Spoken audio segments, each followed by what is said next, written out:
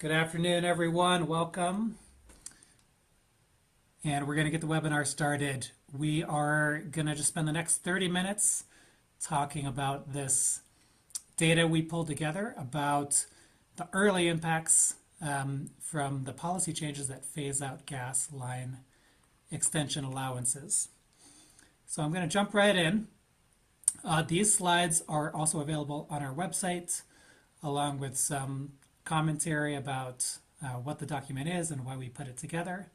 So you can all find it there, and we'll be sure to share that link with you. We'll have about 20 minutes of presentation and then some time to address any questions anyone has. So here's the summary in text. So this policy of gas line extension allowances, we'll talk about what it is, but this policy has been phased out for the most part in 3 states. There have been a bunch of different claims about what the impacts will be. In this document, in this presentation, we'll talk about what trends we see so far. Granted, it's early since the policy change happened recently. We'll focus on housing permitting and sales, prices, and fuel choice in new housing. And the things we'll demonstrate here are that the influence on housing construction and pricing in these 3 states, there's not a clear trend resulting directly from this impact. Or if there is a trend, it's small relative to other factors that are driving these things up or down. And on the fuel choice in new buildings, if someone builds a new house, are they choosing to build with natural gas service or not? We do see some shift towards construction that is all electric and excludes gas. But in a couple of the states, it's pretty early and the results are not yet clear. Okay, we will get into it with these agenda items, starting with some context. So 3 states, California, Colorado, and Washington, will be our focus today. The regulators or legislatures have phased out gas line extension allowances. Not entirely in Washington, but for most customers there, meaning the builder of a new building with natural gas service will be responsible for these costs, the costs of extending the gas system to that building. There's many other states where similar changes are under consideration or debate. A common argument that we've seen crop up is that this policy change will have damaging impacts on housing construction, pricing, or customer choice, and so this document is meant to investigate those claims. There was a specific example where these issues were prominent in the state of Maryland, and that was part of our inspiration for doing this. There was an interest expressed to understand what the impacts could be, the consequences of such a change. So let's get into it. First, a reminder for anyone who's not familiar. When we talk about line extension allowances, if you build a new house, suppose these 2 houses are new, and you want gas service, you want the ability to have a gas stove or a gas furnace, you need to also build the underground infrastructure that delivers natural gas to the house. There's a gas main running down the street, a smaller service line running to the building, and a meter. Those have costs, and the question is largely who bears those costs. Traditionally, the gas utility will socialize a lot of those costs. They won't directly be incurred by the party building the new house. A couple states are phasing that out now and making the builder or the owner of the house cover those costs. So these 3 states have done it. Here's a brief timeline. Starting in mid-2023, that'll be the starting point of some of our analysis, middle of 2023. California utilities eliminated these 2 Washington utilities, Puget Sound Energy and Avista, began a phase-out, and then shortly after, the Colorado utilities ended most new allowances. In Washington state, the phase-out was gradual over a couple years and was completed by January of 2025. There is a 3rd utility in Washington, Cascade, for which this transition is in progress but not yet complete. There are a couple other states where small changes have happened, but they're pretty modest and we've left them out. Okay, so the first indicator we look at is volume of housing construction. The question being, has housing gone down, housing construction gone down in these three states as a result of this policy change? Or has it gone down more than elsewhere? So before we even consider those states, we can look nationally and say, what is the trend? The dark blue line over the past 10 years or so is that the volume of housing permits issued in this country. And you can see there is a big surge in 2020 through 2022-ish, and it corresponds pretty neatly with the interest rates available for financing such projects. The federal funds rate is shown here in the lighter blue. You can see at the beginning of COVID that went down to zero, basically, and stayed at zero for a couple years. And, there's a strong indication here that the financing rates had a big impact. That when it went very low, there was a surge in housing production or housing permitting, new housing permits. And then after it increased in early 2022, we saw that come back down, and we've been on a bit of a downward trend lately. So if we zero in on our three states, we see a similar shape.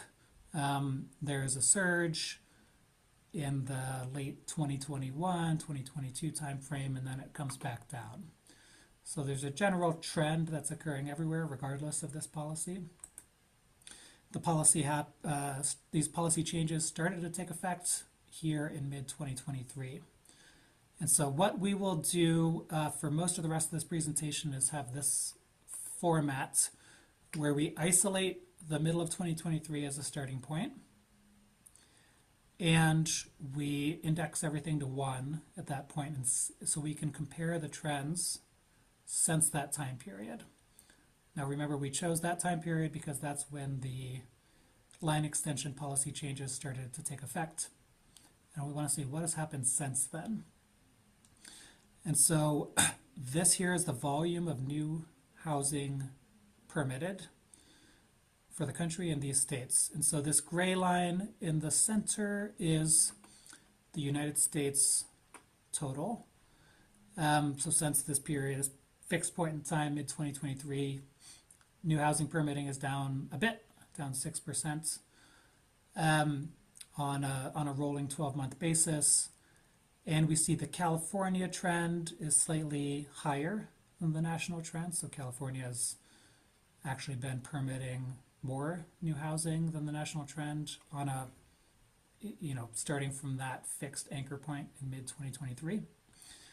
Washington was down for a bit, but has ended up about the same, roughly equivalent with the U.S. total, and Colorado is down further. So, what's the takeaway here? I think the takeaway that we would take here is that the trends are mixed. In some case, there's only 3 states, but one of them is above the national trend line, one of them is at the national trend line, one is below, and while there could be an effect related to the line extension policy, there's not an obvious one that drives a change that differentiates these 3 states from the national trend. Okay, we will continue. Similar data set. This one is not for permits, but for sales. So how many newly constructed homes have actually been sold, not just permitted. Again, we see a trend that was up a bit in the 2021, 22 timeframe, and then has fallen everywhere across the country and in our markets. This data set is by metro area rather than by state, so we have just picked the largest metro areas representing these states. And so we do the same thing, index it to 1, a common starting point at that mid-2023 time frame, and see what's happened. So the United States were down quite a bit across this country. New housing sales down by 26% Remember, they were elevated generally still in that 12 months leading up to mid 2023.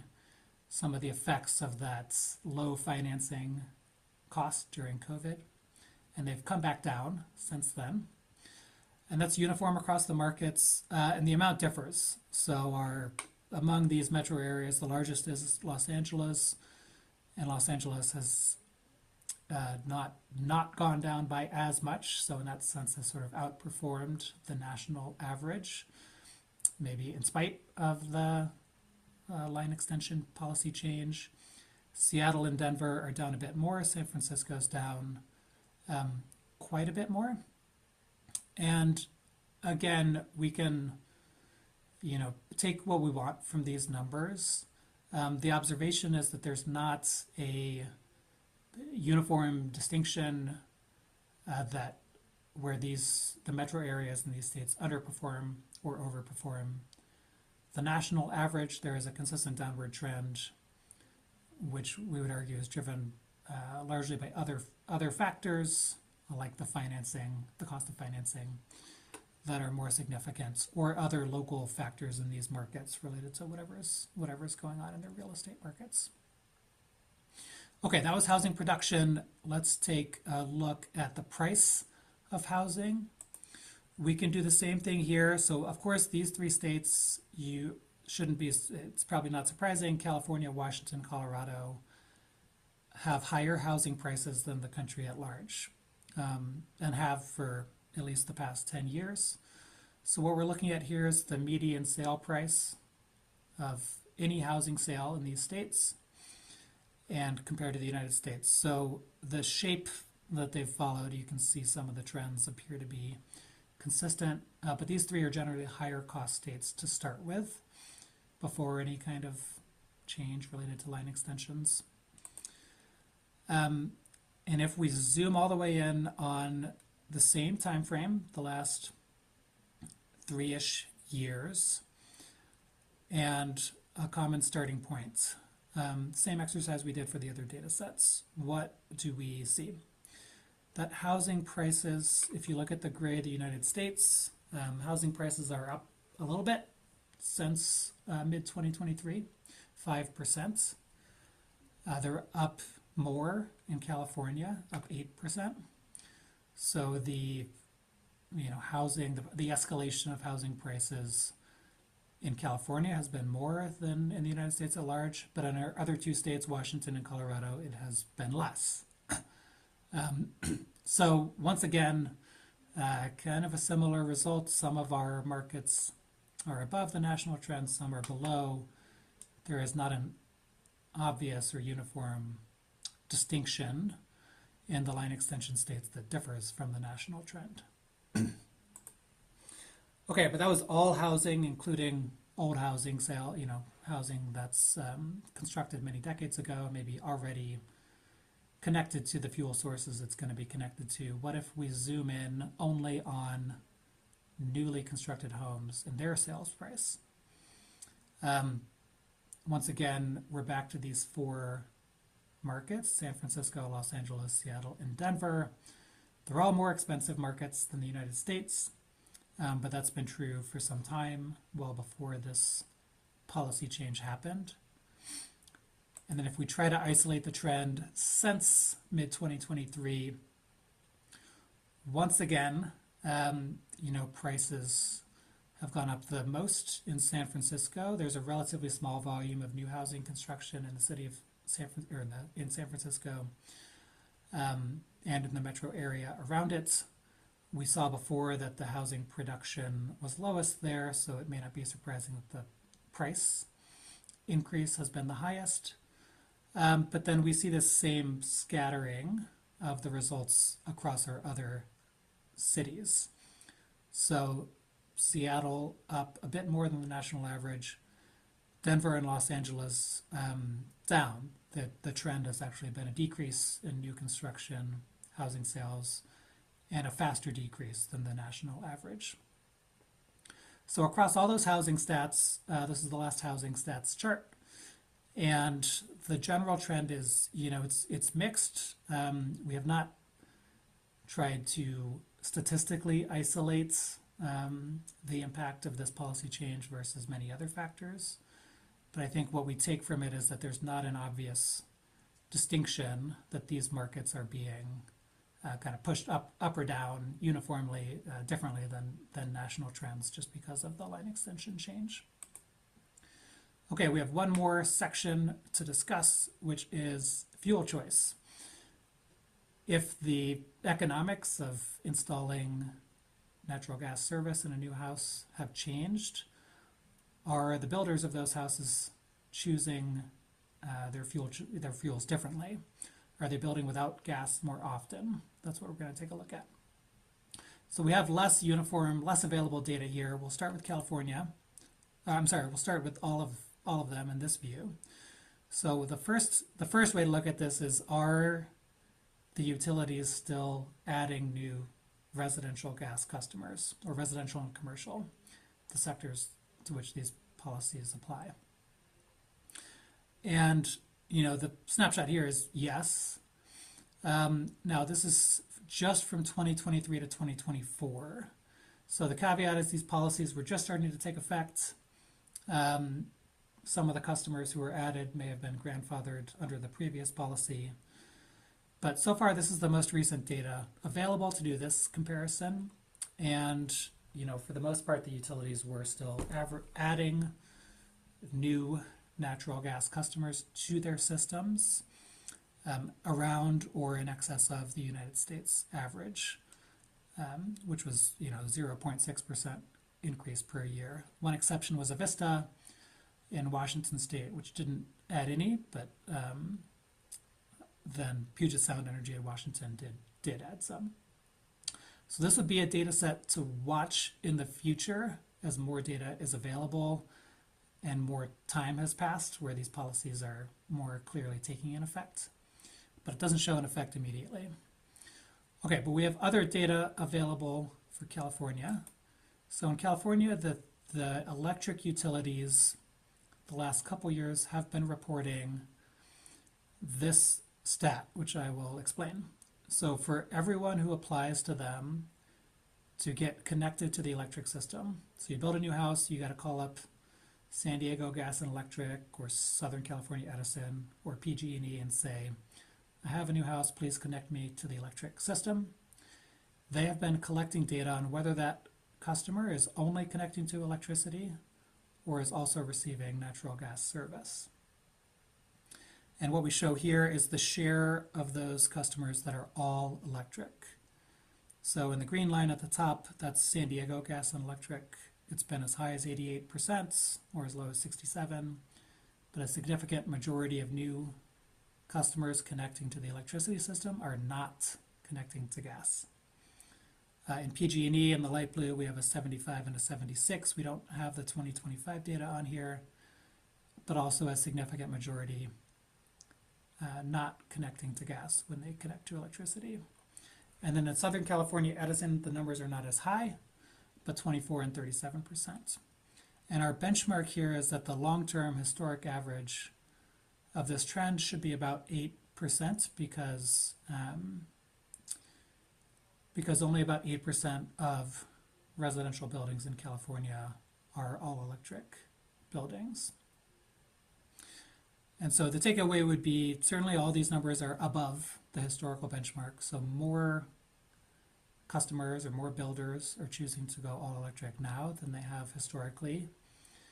We can assume that some of this effect is due to the line extension change. However, there are also other changes in California driven by building codes or programs and incentives for heat pumps, things like this, that would also be contributing. But so the implication is that the line extension change is encouraging more customers to go all electric, but not all of them, and some customers are still choosing gas. The other utilities, it's less clear. On the left side, there's a quote here, which you can see, and these slides are available for download, where Puget Sound Energy has asserted that the line extension change is contributing to declining gas use. However, they've not provided the same granularity of data as the California utilities. And then in Colorado, Xcel Energy has given some discussion and testimony recently to this, but has basically said it's too early to tell. Is roughly their take and testimony so far. There have been, we know anecdotally, there have been customers, home builders rather, choosing to build all electric as part of an incentive program that Xcel offers. So at least some builders have shifted that way, driven by a mix of the incentives available and the line extension policies, but that's anecdotal and there's not like a full record of data just yet. So our conclusions, there is not a clearly visible trend showing that the line extension allowance phase-outs have affected housing construction or pricing. There may be an effect, but if there is, it's, the signal is lost in the noise. And that this phase-out, combined with other effects, does appear to be influencing a shift toward more all-electric new construction, especially in California where the data is clearest. But we're still early in the timeline here, and more data is likely to help us understand that better in the future. Okay, that's all the presentation. If you download the slides from our website, there is an appendix with data for a few additional states, looking at the, Maryland, Illinois, some of these states where this topic has been in discussion, just to get a benchmark for how these trends compare in those states. So I will take down the slides, and we're going to use the remainder of our time to see if there's anything else we can help clarify through a little Q&A. So Joe's going to help me out and has been watching the chat. Thanks, Mike. Yeah, we had a couple of questions in the Q&A. Two were on one of the last graphs you showed. San Diego Gas and Electric looked like there was a decline in all electric new customers in the time that you looked at. Could you talk us through what that's showing? Yes, I can, and I will bring the slide back up on screen. And of course, we have this data, we have the data available to us, the raw data, without a ton of commentary from the utility. So we can understand what the data means, and we can, speculate as to what's behind it. So San Diego Gas and Electric is in green. So, right, in the first year they collected this data, a very large majority of the customers in that time frame who they energized or who applied for connection to the electric system, stated they were all electric buildings, and that number went down. So we don't know why that would have gone down. We really don't. And we can speculate that there are other things happening in the state of California. The incentive programs have shifted over time, although there still are incentive programs.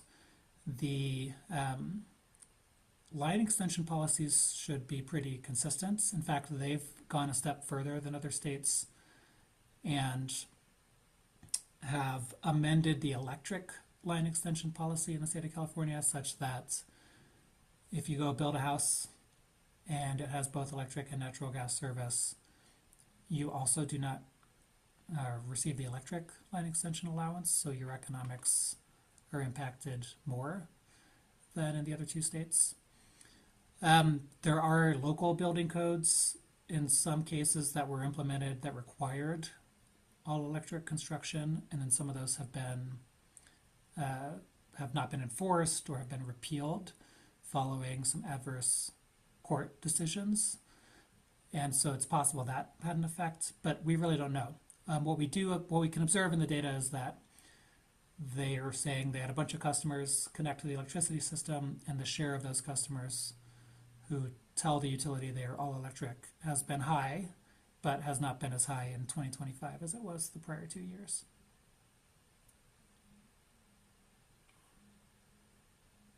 Great. Thank you. We had another question about some of the housing data. And you mentioned that the data that we have for states that are already high cost states compared to the national average in general, and then the cities that we looked at are some of the highest cost metro areas within those states. And the question is whether we looked at any other cities within the states that we looked at. We did not look at the cities. The data set we used on that one is from Zillow. So Zillow and Redfin, a couple of companies like this aggregate housing data and put it on their website.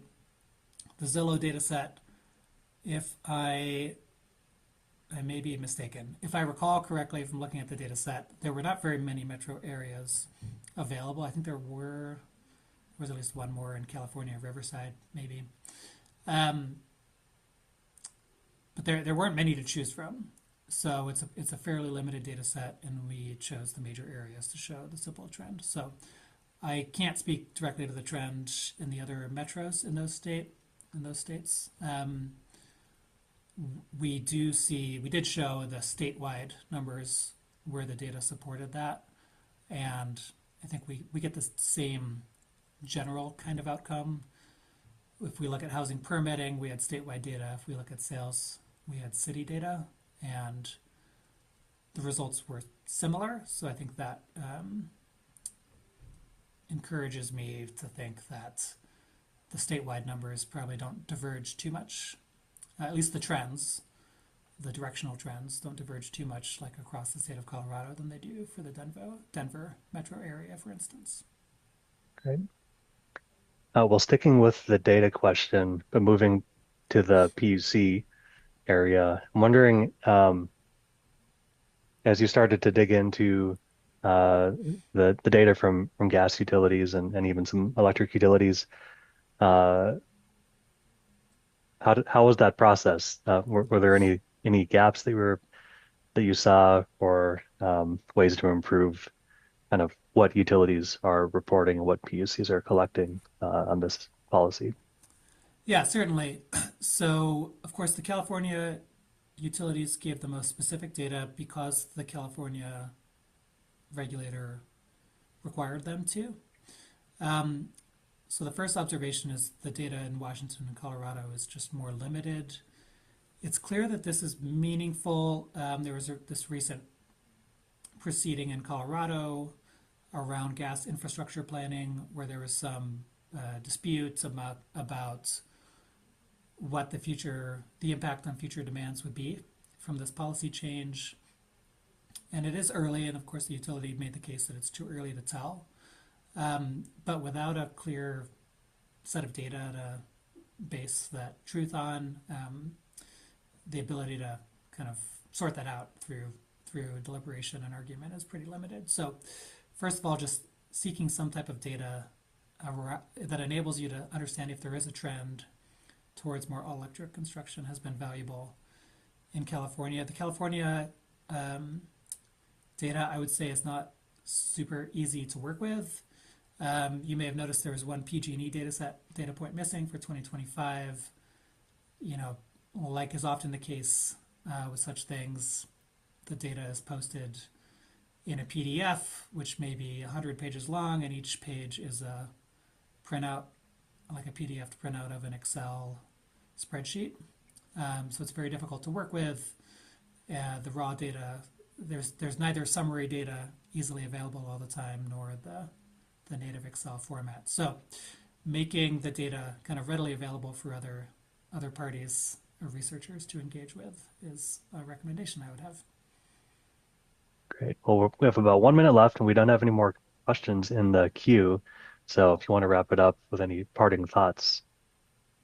Okay, thanks. Well, thank you for joining. We hope this information is informative, even if it's not definitive on exactly what impacts can be expected. I think the takeaway is that so far it hasn't been some of the more catastrophic suggestions about what could happen clearly have not occurred. There's not been a noticeable impact on housing construction prices, anything like this. And we're happy to keep watching this trend and hope to update the data in the future. And you can find this data for download on the RMI website. And you're welcome to email us with any questions or how to sign up for news from us in the future with this type of data analysis. So thank you for joining.